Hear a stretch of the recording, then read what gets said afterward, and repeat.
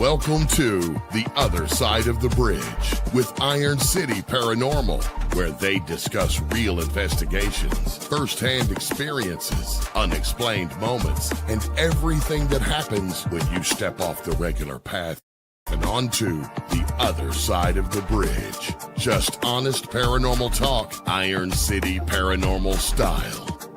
And now, here are your hosts, Derek Smith and Dan Metelsky.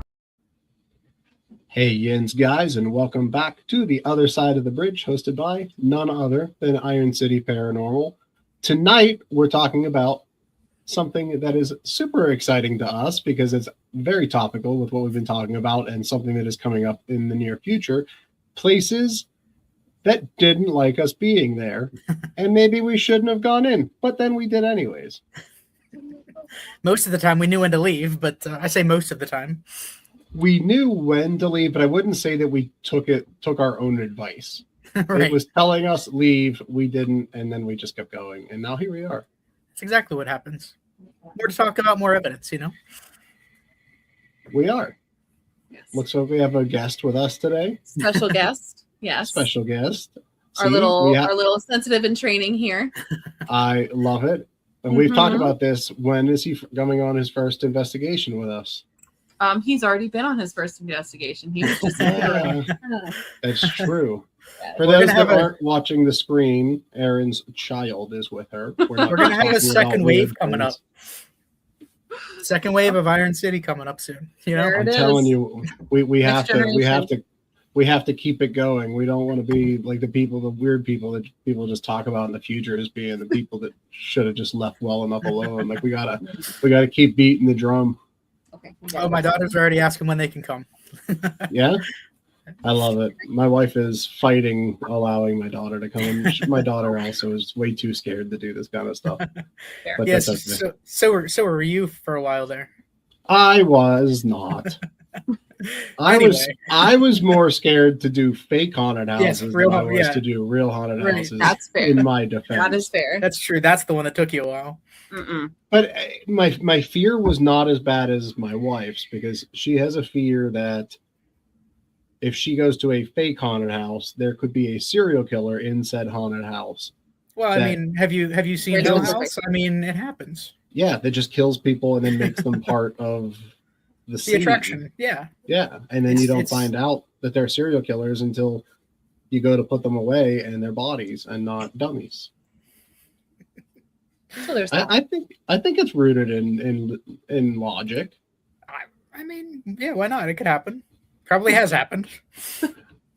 So when we talk about places that made us want to leave, what's the first thing for both of you? First place that comes to mind? Because I have mine. Yeah. Immediately. Yeah. I mean, for me, it was the second time we went to Hillview. Really? Okay, do tell on that one. I did not expect that. The first time, you know, naturally we were just kind of jumping in, not knowing what was going on. But then we had those experiences, and then we had the takeaways. And so the second time we went in, when we were kind of more prepared and ready, just walking down that first floor by myself to start setting things up, I just didn't like it. I started seeing shadows. I started hearing footsteps behind me. I was by myself. And that was kind of before we kind of implemented rules of not going anywhere by yourself. And I just kind of jumped right into it. And man, that place freaked me out when I was walking around that first floor by myself. Those empty rooms, the long hallways. I hated it. I wanted to turn around and leave right there. And the first time we were there was the first time we ever investigated. Correct. So when we were there the second time, we knew what we had experienced the first time, and I'm sure that was playing in the back of your head the whole time. Absolutely. That didn't help anything for that. No. You know, fight through it kind of thing, but you know, walk fast. Yes. Get back to the group. You know, that's, I mean, the way that area is set up too, it's like it's meant to be like that, right? You have your safe space in the entry, and then the entire rest of the building is just dark, dimly lit, you know, and it's kind of paranormal playground. But so you leave that entryway where you have all the lights, you have all the safety, and we weren't really, I mean, it was probably a year later. We weren't that well versed in what we were doing yet, but we were more so than the first time, naturally. No, we were still wet behind one of our ears at that point. Like, we might have gotten the other one. Yeah, it was fairly early on for sure. Yeah, it still was, but that's one of those moments that sticks with me. Just those hallways, the empty rooms, man. I don't know if it was my footsteps echoing that I was hearing or what, but it freaked me out. Probably a little bit of both, right? We're going to talk a lot about mention that the bathroom was in that area, so that's the worst. My small bladder. Don't even get into that. We'll talk about bathrooms. Just that can be their whole a whole episode. Just talking about bathrooms in haunted locations. Aaron, how about you? What's your like immediate fear factor? Don't go in there moment. So the first one that comes to mind for me is Greene County, which we've talked about a couple times. So I won't hash that one out again. But thinking on it a little more, another one that comes to mind pretty strongly is the basement at Irish Townsend. Okay. That I can see that. I remember that area. Room. Yeah. Like the Greene County for me very much was like I was welcome and then I wasn't. The Irish Townsend, like that's one of the few places that we have gone into that I was like, I need to get. The only reason that I didn't hightail it the heck out of there was because I was just too stubborn to be the person that walked away first. And also I didn't want to go upstairs by myself. So there's that. But it was like but also we got hot dogs beforehand. So there's that. Yeah. You know so that always helps. Yeah, it does always help. But yeah, that one was oof. Yeah, I mean, I being right there, seeing your reaction to that area, I completely understand that one. Oh, awful. That's probably the most awful that I've felt in any of the investigations that we've been in the moment, right? Like the Greene County one was after, it was like a scare factor, and then it was after, whereas that it was like very intentionally in that moment wanted to get us out of that space. See, the Irish Townsend house was perfectly fine with me until we went to the basement. Yeah, exactly. So, and both times. I remember the first time we were with you, like that was, you didn't want to be down there. Right. Well, the first time it was just you and I. Yes. Right. There's always that like extra creep factor with less people. Sure. Yeah. And the first time you're in a location, it's always creepier than the second time. They're always creepy, but it's a little less creepy once you're used to it, right? Yeah. You know what to expect after that first time. Right. But I think that's what threw me off the most about the second time, about that one corner of the basement down at Irish Townsend, because up until that point, that corner did not scare me at all. Right. Right. There's like that old root cellar was or whatever. Yep. It didn't scare me at all until that one time we went down. Until it did. It was that change of atmosphere that got you. And then it was gone, right? Like it was there. It was so intense. And then it was gone. Yeah. There was a moment where you guys were both like, yeah, no, I'm fine. I don't need to leave now. Yep. And this isn't joking, but for me, when that happened, where it became okay, was after you walked in there, Derek. I chased it out. You're welcome. I don't know. I don't know if you chased it out or it was just seeing that you were going in there and nothing was happening to you. Yeah. Right. It's like they wanted to do something to me, but couldn't. Yeah. It's like send the expendable ones first. Right. Like I was like, okay, once listen, I saw you go in and you didn't just like keel over and die. I was like, yeah, well, if he didn't die, I'm fine. Like, yeah. It just rose your morale level, but yeah, no, I mean, you wouldn't have had anybody to review the evidence, so I mean, yeah, we might not want to send you in first because Iron City Paranormal will come to a grinding halt if that happens. We'll have a lot of videos, but no one will ever watch them. Just start sharing them out and hope for the best. It'll be like when we used to have hours and hours of security footage that we never went back and watched. If we did an 8-hour investigation, we had 32 hours of video. I was going to say multiply that one. Yeah, it was not fun, I'm sure.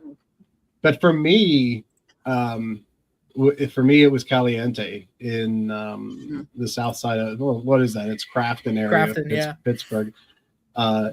Here's why it scared the crap out of me. So for the uninitiated, I don't remember we talked about this much on this show, but Caliente Pizza is in an old house that had 3 levels plus a basement, so technically 4 levels. And I was fine in the pizza shop until I went to the top floor, the 3rd floor.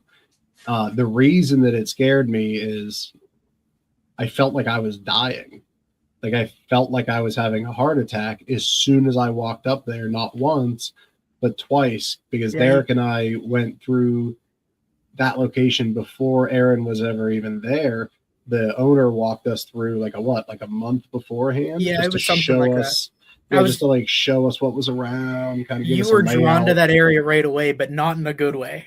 No, and like, as soon as like I made it probably like say 3/4 of the way up the stairs from the second floor to the third floor, I just got this insane pressure in my chest going down my left arm, and this isn't even like it's joking, but also not joking. Like part of the reason that it concerned me was I am not like a small guy, so like there is a real concern that I could be potentially having a heart attack at any point in my life, right?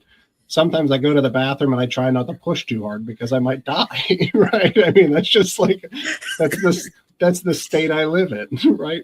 But in all honesty, that was just too real for me. Yeah, but then you combine that with the reality of the situation, finding out that the man who had died there died from a heart attack. It's like, wait a second here, these things are fitting together.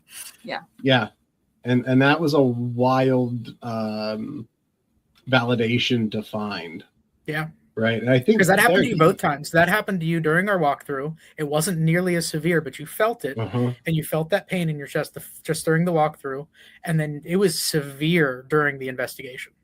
Oh, I was mentally not there. I mean, I was saying things that I would never say to anybody, and just like it affected me way more the second time I was there because we just lingered there. Right, we were up there for probably close to 2 hours. Oh yeah, we spent a lot of time up there because we were digging, we were getting answers, and we were trying different ways to investigate, and they all ended up paying off, but at your expense, basically. I mean, the entire time we were there, I know this from the even recordings, like it kept coming up. That sensation, you kept feeling it. And to be honest, I don't know how you lasted the entire time. I would have probably been out of there with that kind of feeling. So I give you credit for that one because you outlasted that one. Yeah. Only the strong survive in paranormal investigation, or the stupid. I don't know which one's which. Well, okay, so on the flip side of that, all of these scenarios that we're talking about, could they be explained? Could they? So, for example, the heart attack that you're talking about, could you have sensed some kind of sensation in your chest, and then all of a sudden you're like, oh crap, I could be having a heart attack. So then it perpetuates and it continues. I'm not saying that's what happened because I don't think it is, especially with the validation. But does that come into play? No, so it certainly could, right? I mean, I don't know the answer to that, but I can tell you that anxiety is something that I have struggled with for a long time. I am medicated for it. Thank God, saved my marriage, right? But like there is a real concern when it comes to anxiety because you just don't feel it coming on, and it just happens all times, But was it that? I can't answer that.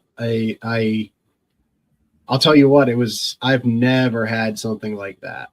There have been times, like if I walk up more than 2 steps that I think I'm having a heart attack, or if I like bend over to pick up a pencil too quickly, I think I'm having a heart attack. But at the same time, it's not that severe, right? Like you've never had that feeling like that before. So it's, I'm sure that in the back of your mind, it's like, oh crap, I'm dying.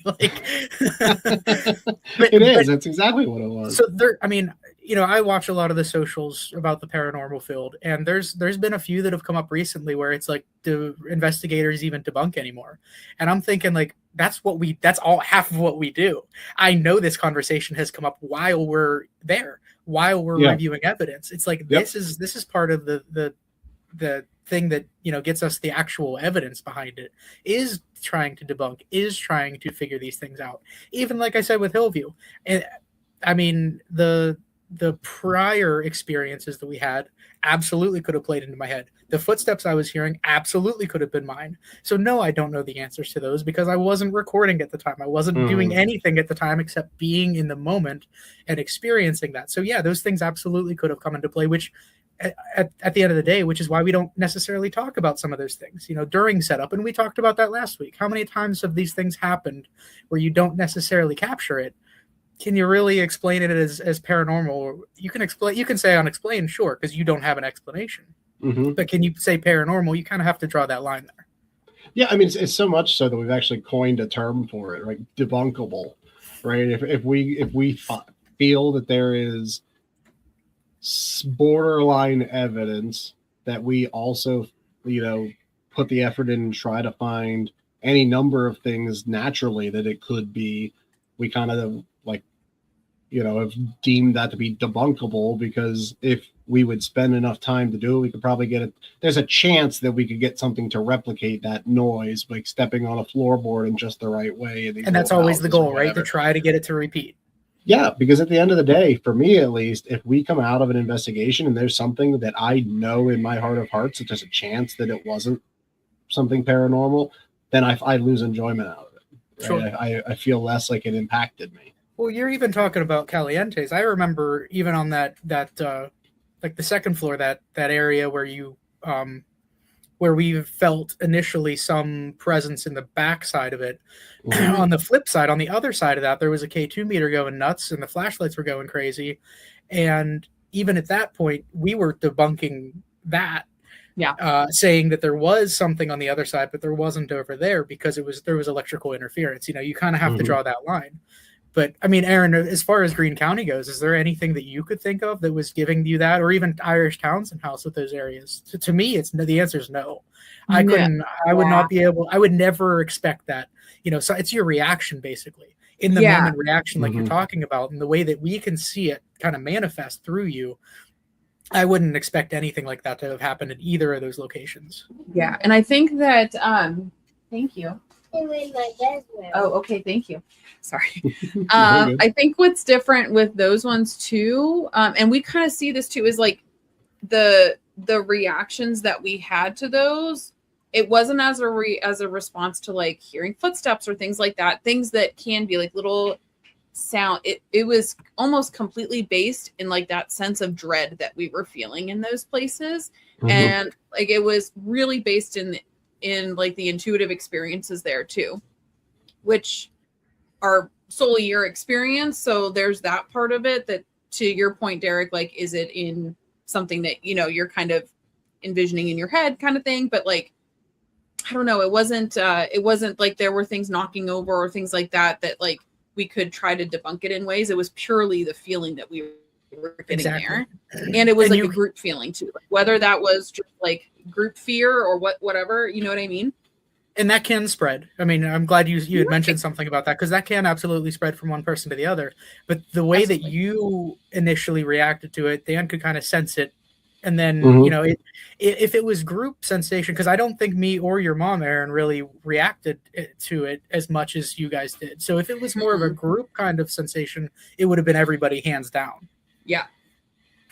Yeah, agreed. I really think it was for Irish Townsend or Dan, it was really just you and I that like that focused on, right? Like to your point, Derek, like, Derek didn't worry about it at all. And my mom, who's fairly sensitive as well, like normally when we feel something, she can kind of key into it too. And I don't think she tapped into that at all.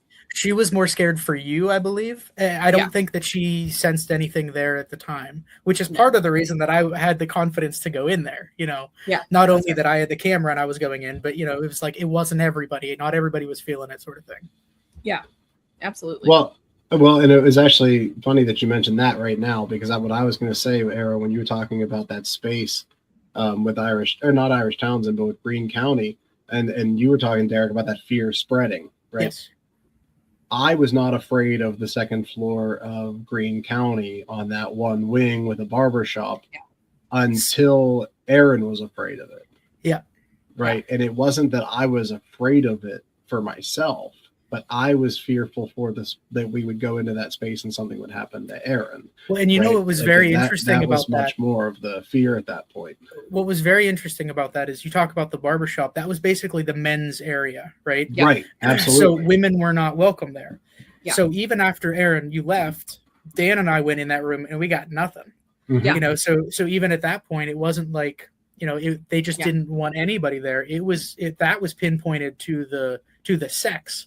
Rather than anybody. Yeah, absolutely. Which again, to me is more along the lines of paranormal and not, just something that's in your head. Because I don't think you even knew that until after the fact.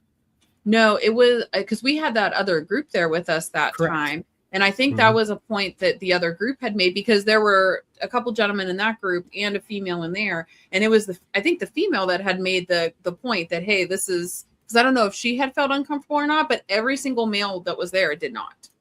Like, I remember telling you guys about it and you're like, I don't feel, but for me, it was so poignant. Like, it was so intense, but for everyone else, like, not even a blip.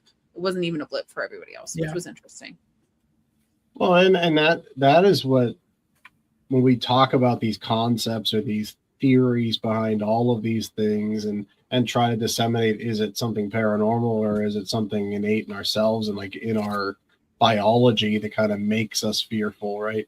It's that priming, that psychological priming, so to speak, of somebody tells you there's a wolf in that room or behind that tree, then you're not going to go behind that tree or in that room because there's a wolf in there that's going to eat you, right? Yeah.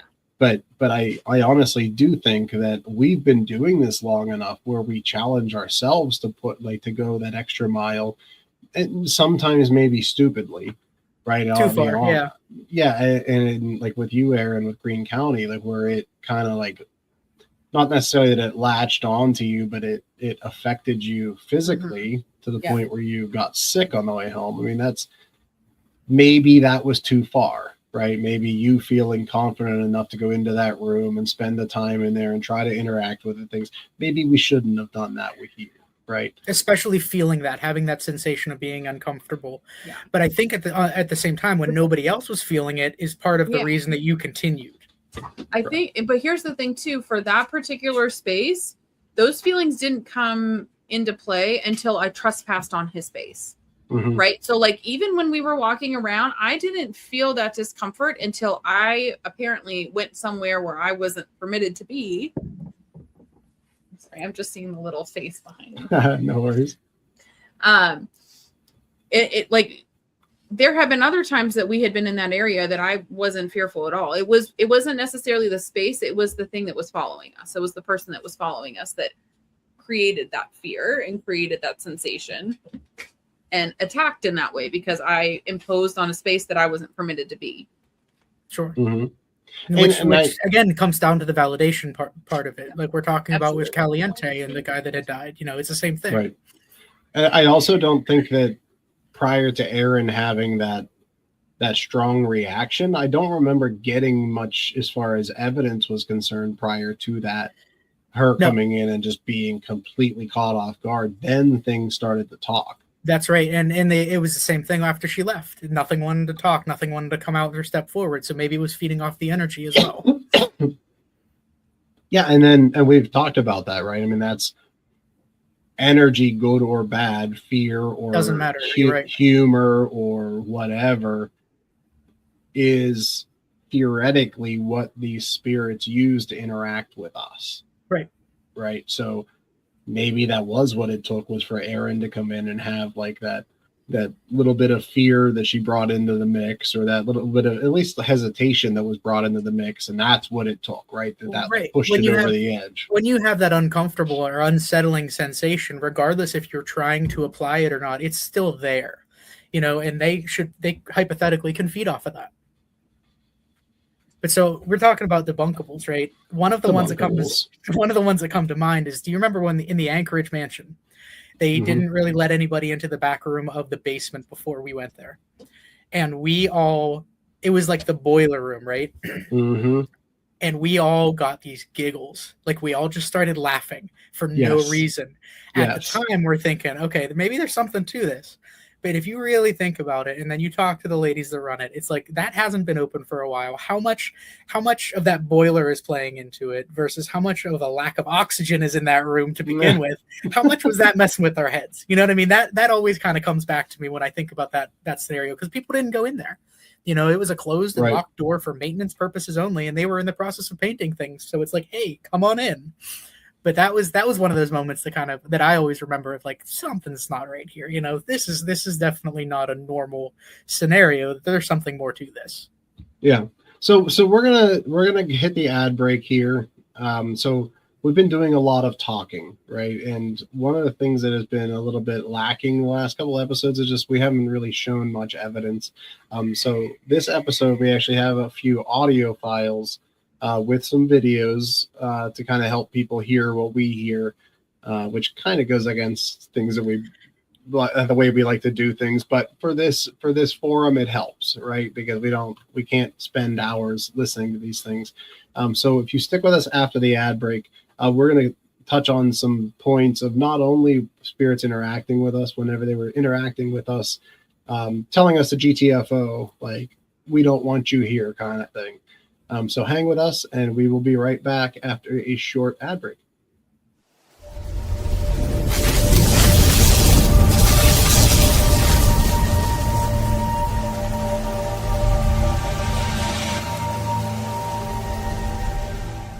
Every ghost story and creature feature lies a far more terrifying truth.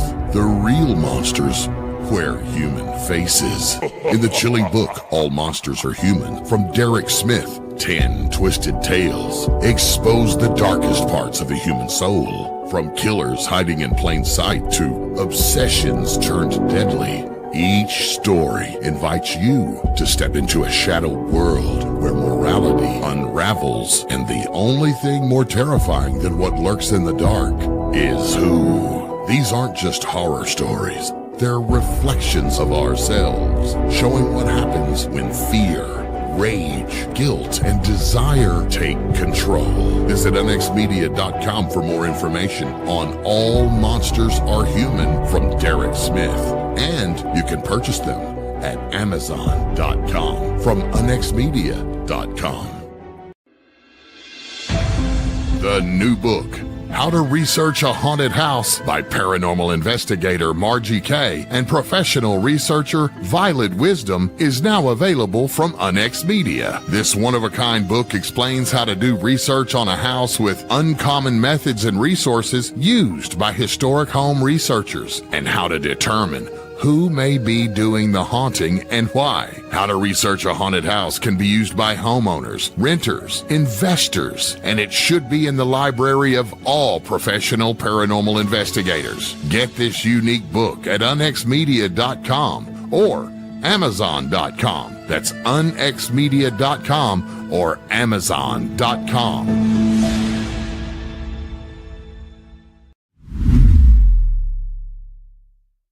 The truth, it's out there, and it's waiting for you. The Unexplained Network is your source for the best in paranormal programming, live video streaming, and audio streaming from hauntings, UFOs, Bigfoot, cryptids, and the ever-expanding realm of the unexplained. Listen live or on demand now on Spreaker, Apple Podcast, Spotify, iHeart, and Pockets all over the World Wide Web. The Unexplained Network, where unexplained lives.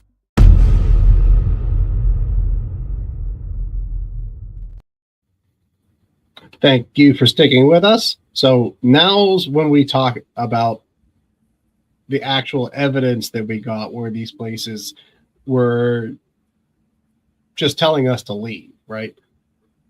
So we could talk all day about the personal feelings. We could talk all day about the smells or the sounds or whatever, but where the rubber meets the road, as we know, with evidence capture or with investigation, is evidence capturing.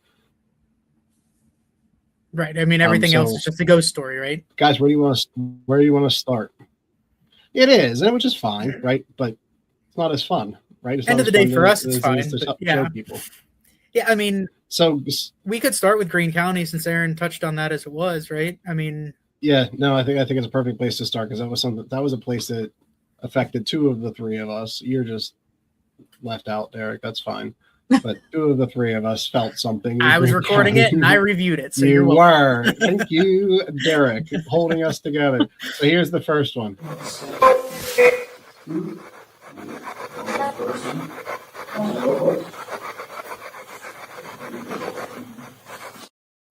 So I think that one's really interesting because, and it's a little hard to hear possibly in this forum, but the very beginning of that clip, you can hear very clearly, "Help me." And then we had two, so it sounded like to me, a female say, "Help me." Yes, it did. At the very beginning. Then the next two voices that both say "go" are male.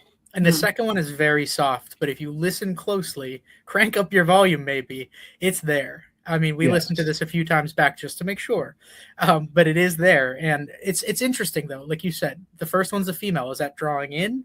Is that trying to draw Aaron in so they can feed off of her? Or how is that working? Where's that line drawn between them trying to pull her in to feed off of that energy versus something maybe residual, Mm-hmm. Yeah. Aaron, what are your thoughts on that? Because I value your perspective all the time, but especially in this case, right? Because this was the area that you were carrying most of the emotional burden here. So like when you hear those kind of things on a recording like that with a female specifically saying "help me," like what was that? What is that? How does that make you feel? That stresses me out. Mm-hmm. That hikes my anxiety with how strong my feeling was with being pushed out of there and feeling attacked. The fact that you hear that female saying "help me," it just it pulls at my heartstrings pretty hard. Yeah. And if you think about it too, I mean, and you've said it before in the past that you don't hear these things in the moment as much. But if you combine this with your in the moment experience with the recordings that are reviewed after the fact, and you just kind of fit them together, it ends up making a lot of sense. It does. Yeah, it absolutely does. So that was up in the barbershop area of Greene County. That was that quintessential males only kind of hangout spot. Where's this other one, Derek? It's also in the barbershop. We were told to get out a lot. Barbershop. Yeah, this is because I think that genuinely. So in the night, when were these recorded? So that first one that we just listened to was when you and I were in that hallway first going into the barbershop. Oh, okay. We were outside of it. We were in the hallway, and you were fine. We even saw footprints, it looked like. But then we ended up working our way into the barbershop, and I think that's when you had those sensations the most. Okay, so let's play the next one.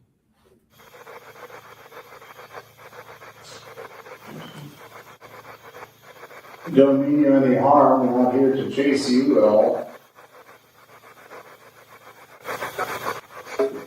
We're here purely out of curiosity. So the second clip is when, after we went back, Aaron, we told the group something's going on here, something doesn't like you, and then we all went back, as you can hear Dan's voice in that one.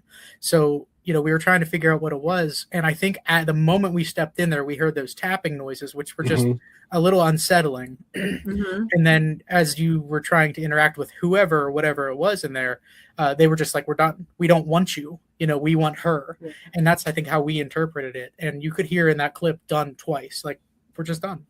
We don't want anything to do with you. We're not trying to interact. We're not trying to speak to you. We were trying to feed off of her. That's it. Yeah.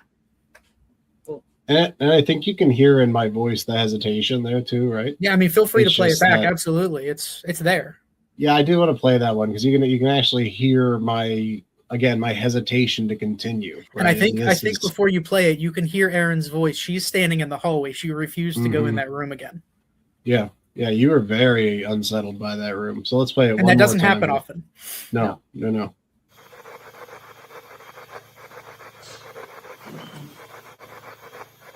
Don't mean you any harm. We're not here to chase you at all.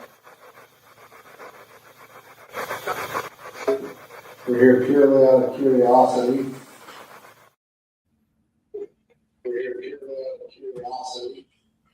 So yeah, you can definitely hear that in your voice, and I don't even think we can make out what Erin's saying because she was out in the hallway there. Yeah, she was very distant on that one, which happens, right? I mean, you think about the situation, like after she experienced it the first time and being in there and having those feelings, I don't blame her for not wanting to go back again. No, I mean, like we were talking, like that self-preservation during an investigation is a real thing. It has to come into play, absolutely. Yeah. It has to, because guess what? If it doesn't, that's what happens with Erin, right? Where you got sick on the way home. Right. Not that you did something wrong, but those are the kind of things that can happen. Right? Yeah, and those are flags and signals that we just have to react to. I mean, it's very similar to your situation at Caliente with the heart attack thing, Dan. There needed to be a line that was drawn there, and that's eventually when we got the information we needed, they were the same thing. It was like, we're done. We don't want to talk anymore. Yeah. Yep. And I know as soon as we left that area, you felt fine. And you're like, all right, let's continue on. Like nothing happened. It was almost even in that third floor or that top floor, even just coming out of that back room and away from the intensity of that, even that just giving whatever was up there a little bit of space, like kind of eased that a little bit. And if you want to play this it's a little bit of a longer clip, Dan, but we have a little cameo from Sabrina in this one. Yeah. Oh yeah, Caliente one. Yeah. That's right. So this is all on the third floor of Caliente. My dying behind was standing in the room where the old guy, we think, kind of hung out.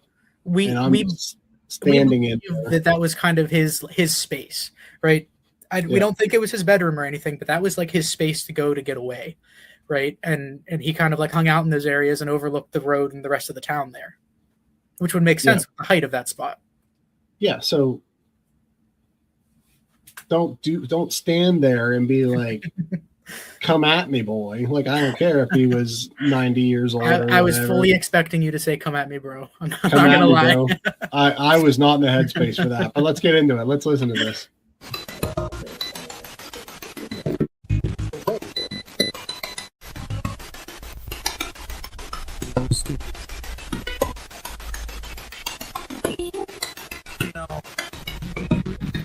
Thank you for your time. Thank you for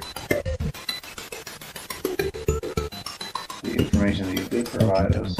I hope you enjoy continuing to look out your window or whatever you're doing in your little room.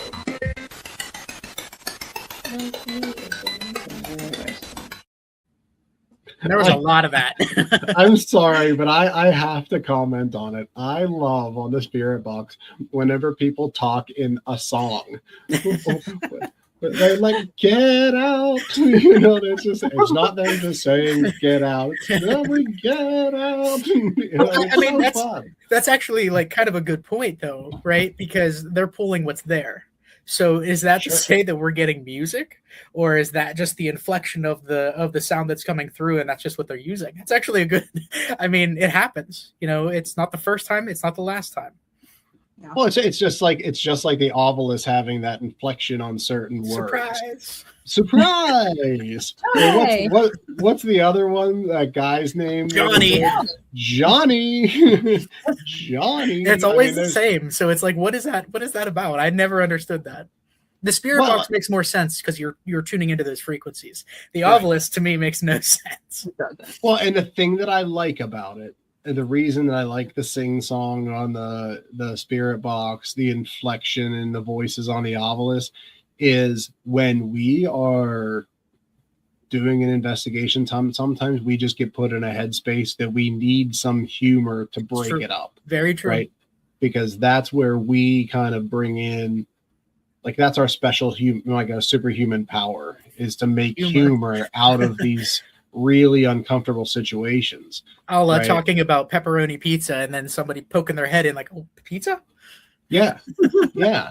You know, I mean, like, but honestly, like, that's where we seem to get the most interaction, because, and maybe this is me just watching too many Disney movies recently with my 4-year-old, but like, I think that there's more energy and power in humor and laughing than there is in fear and being protected and just being afraid. Sure, I could believe that. Absolutely. I mean, you think about it too. I mean, it takes more to frown than smile, right? Same kind of thing. It's a natural human function, whereas the fears are like ingrained in us, right? So the humor is there. It's more part of us than the fears are. Well, it should be, right? But I think sometimes it's not. Well, that's true. During investigations. And like I say, that's why it helps me get through those moments and kind of recenter myself. And just, maybe it's grounding, Aaron, right? Because I know that's a big thing for you, is like the spiritual grounding and all those kind of things. Maybe that's what it's doing for me. Maybe that just brings me back to like my Happy Gilmore happy place, right? I'm not sure I want to know what your Happy Gilmore happy place is, but I'll tell you what, we could have an episode where we just talk about all of our happy places. But no, I mean, you're right though. I mean, there's so many times where we either hit like a wall and we're not getting anything, or there is that intense emotion where it's like we need to step back from this. And whatever the case is, we do ultimately revert to humor or comedy or whatever it is in order to get through that. And it's happened. I mean, you even think about the 1810 Tavern where nothing was happening and we kind of sat and focused. Then we're starting to crack some jokes and boom, things are starting to happen. So, that's just another emotion that I think is pulled out of us. That, like we're talking about, they feed off of it. Absolutely. So this last couple clips we have we have so many clips, right? We can keep going. We have a lot of clips. The reason that I specifically felt that we needed to do an episode just on, or we felt that we needed to do an episode just on this topic, is that it's not everywhere we go. And it's actually really weird at times, because when we were discussing collecting clips for this and like pulling stuff out of the archive, so to speak, to show on this, I was certain in my head that we had stuff from Moundsville State Penitentiary where things were telling us to leave. All we had was you running out of that X-ray room, whatever it was. Yeah, I mean, that was. You're right. Like, it's surprising. He could have been coming up across, like whatever that was, could have been running across the room to give me a spiritual bear hug, welcoming me to the place where they get dental X-rays. I don't know, right? But like I was certain that we had gotten things telling us to leave at that place, just because psychologically my mind goes to prisons. People don't want you there. But then you combine it with that action of you being forced out of that room, and Correct. Why not? Why would we not? Correct. But herein lies the whole concept that's so interesting here is we had none of that. We had never had anybody besides the spiritual bear hug. There was nothing coming over and saying, "Get out, leave." Maybe maybe they were coming. They were being nice. No one visits us here. Thank you for coming. Like maybe so. Maybe he was looking for a spiritual conjugal visit. We don't know. In the dentist office. It could be in the dentist office with the extra light for the bits. Okay. So let's just go right into let's cut that Fairfield County Infirmary. The reason that this one's fun is we're about to go here in almost exactly and this a month. one keeps coming up in every episode. It means something, It does. So the first one is a little bit shorter, but very much on brand. Get out of here. Go away.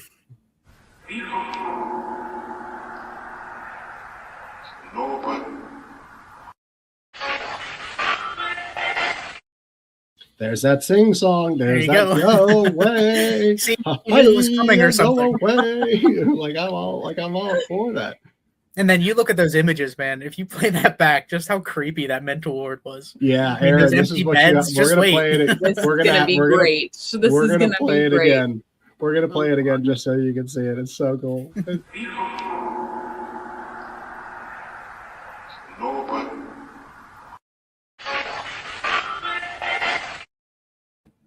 Those are so clear. I love those ones. See what you have to look forward to? Oh, man. We've already talked about who's going up there by themselves. Well, yeah. Derek was already messaging me about who's going in there, and it's between him and I, apparently. No, I don't think I have a choice. That's going to be me. Yes. It's okay. So here's the next one, also from Fairfield, and the last one.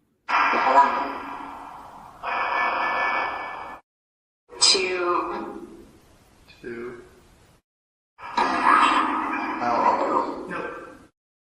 Okay. Well, we are going to leave, so thank you. I mean, you can even hear it in your voice, man. Yeah, I mean, I saved this one for last for a reason, right? This one is just proof that there are times when we have to say enough is enough, and we have to take ourselves out of the room. And this was after we had the stuff thrown at us, so we were already on edge. Yes. We were already feeling that, not even with the words, but like with their actions. We were like, all right, we're getting out of here. So we're trying to verbalize it to them, and they continue to push because we're still there. And Aaron, I'm gonna be interested to see what you feel in that mental ward on the top floor of Fairfield, because the whole place of Fairfield County Infirmary is creepy. Yeah. Like there is just a vibe in the air. Yeah. Right. And That's everywhere. It's everywhere. Yeah. Everywhere you go.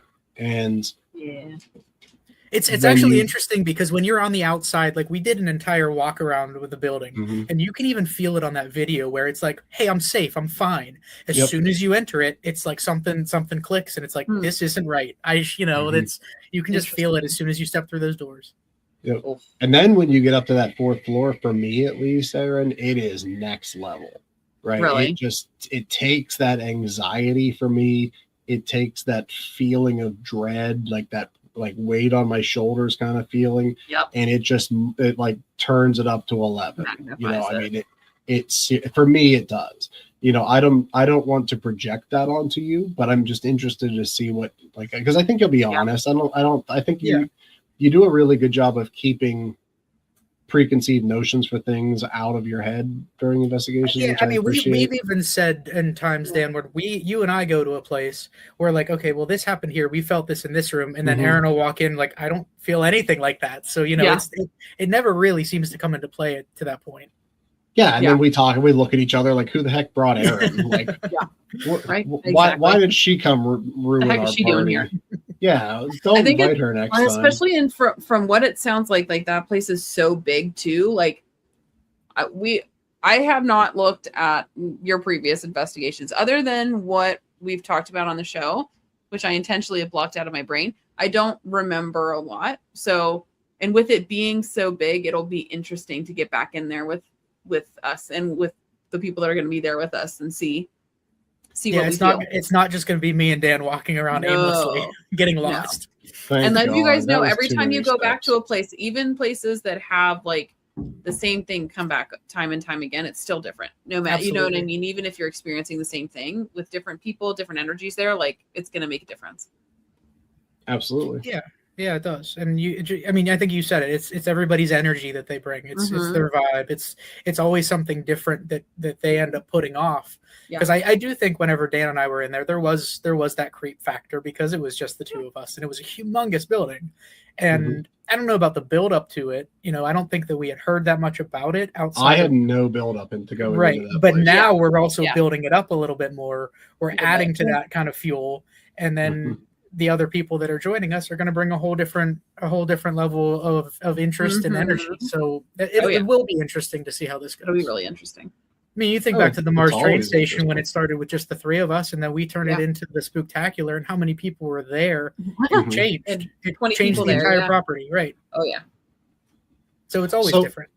So I think now more than ever, going into Fairfield, how do we protect ourselves from having these feelings when we walk in? How do we protect ourselves from getting overtaken by, the things that we were talking about when things are just coming at us? Well, Aaron, what's your way of like stepping in and saying, I'm taking this back?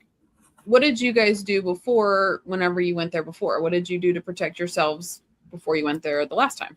We did nothing. We did nothing, which This I was think- still early on for us, I believe. Again, Yeah. It was, and I think that's why I was so hesitant from the very beginning. I felt powerless there. Okay. I felt like it was it was a lack us- of control completely. Yeah, it was it like was- we were the inmate rather than just a visitor. it's Oh, a that's really interesting. good way of putting it. It was just us against whatever was there, and we didn't have a shield at all. That's We interesting. didn't understand what to do. We didn't understand enough about how we worked as a group. Mm-hmm. We were blind. And Yeah. even you think about even our walkthrough with the person that let us in, there was stuff happening then too. So they didn't block anything out. They didn't give you that easy or welcoming feeling. Yeah. Things Mhm. were happening all around us as we were walking through the building with them, Mhm. and it only intensified throughout the night. Yeah. I don't know. I feel like even how we do investigations now, we're already doing things when we walk into a place that is just at the beginning protecting ourselves, whether Mhm. that be grounding before, using the crystals, doing the prayers, even just the mental fortitude that we have now that we wouldn't have had then. You know what I mean? Like it comes with experience. Not that I'm saying that we're going to walk in and it's going to be easy peasy, but you know what to expect now. You can put up a bit of a guard, put up some protection. And we, you know what I mean? Like, I think just not going you're in spot blind on with makes the a big experience. difference. Yeah. I think, just not going in blind. I mean, that makes a huge difference. You went in not knowing what to expect last time. Now you know what to expect and how to protect yourself. Well, and I think you combine all these experiences that we've had, not just at Fairfield, but everything that we've talked about. You know, these sensations, these feelings of being unsettled, unwelcomed. You know, those are all things that we can put into play moving forward. When we feel that, we only press so hard, right? We don't stay there and get stuff thrown at us for 2 or 3 different waves of things. You know, it happens once. It's like, all right, we're done here. Thank you. Aaron, I want you to mark this in your calendar that he just said that, because he was the reason we stayed for all 3 of the things thrown at us. That, yes. Because I wanted to not even go in there in the first place. And he was like, no, we got to go see what's in here. We got to go talk to it. And then after the very first one, I said, Derek, I think something just was thrown at us. And he's like, well, we better figure out where it came from. I'm thinking to myself, or we don't. Need to get out. And we'll just tell them about it. And when it's light out, they can tell us what it was. Exactly. I don't care. Right. Yes. So Derek, what's yours? I think being able to step away. I mean, I think being able to really understand the scenarios and the situations that we're in. If you have that heaviness or that energy, like you're saying, how you were just like drowning in it, you know, I think that we need to be able to read that. And we always set up a safe space, whether it's meant to be or not, where we put all of our equipment, we put all of our stuff, we keep the lights on, you know, we make it a safe space for us, and just using that to our advantage, you know, taking a break, going to grab some water or a snack or something, being able to kind of step back from the investigation, kind of reset and settle ourselves, and then being able to kind of jump back into it when the time feels right and there's no rush or urgency to it. You know, I think for me, and I think it's worked kind of as a group that ends up helping, because then we can kind of recap and recover at the same time. That's exactly what my approach is going to be on this one.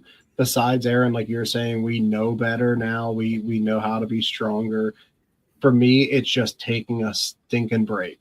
Yeah. Right. And this place is so big. You just don't want to take a break because you're just afraid of which room you're not going to get to, or this is like the time you're not going to spend in the morgue by the table where they used to drain people, right? You don't get to spend time in the coffin room. Yeah. Like, there's all of these like really cool places. The room with a jail cell as a door, like those places are really cool. But it's okay, right? Like, this is the second time we've been there in 10 years. You know, I'm sure that we'll find more of a reason to go back there on this one. Right? And I do think that was kind of a trap that we fell into because it was so big. We just wanted to keep going. You know, we have an experience in one room. It's like, fine, let's go to the next room, you know, and see what happens. I don't think we took many breaks between the two of us. None. I don't think we took any. I really don't think so either. I remember carrying bottles of water with us and everything, and probably at the time my energy drinks. But like, we literally packed a bag and we're just like, let's go. Yep. Which is crazy now because like we really do implement breaks very frequently not only just to like separate the spaces that we're in, but to give ourselves time to like recenter and regain energy, because we know now how much energy that zaps from us whenever we're in these places. And I do think that both of you kind of hit on this in the way that you spoke as well. Like, we now as a group are trying to tap into what our intuition is telling us in terms of like trusting what our gut is telling us, trusting what the sensations are telling us, which it sounds like when you guys went there before, you may not have been as keyed into that, right? Like, Dan, if you were feeling like a space was not welcome to you, but then we still went into it, you know what I mean? Like, now being able to read that intuition and read that those signals that are, you know, our environment is giving us, like, I think that that's going to make a massive impact, not only on collecting evidence, but like being in the right place at the right time. Because if something's pushing us out of one place, it's because it wants us somewhere else. Something over here may not want us there. Well, I think having a bigger group too helps that, because then you don't feel as you know, as pushed to continue. You do get those breaks and you do have more ground to cover because we have more people. That's right. Guys, it's been a blast. Once again, thank you. I love the conversation. This stuff is great. As we close the episode tonight, maybe the real question isn't whether ghosts exist, but why certain places affect us so deeply.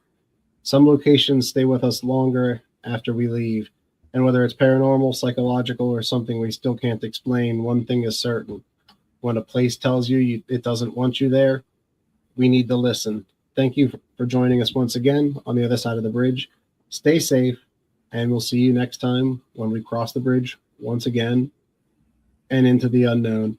Guys, thank you very much, and toodles to both Thanks, of you. guys. Take care, guys. Bye, guys.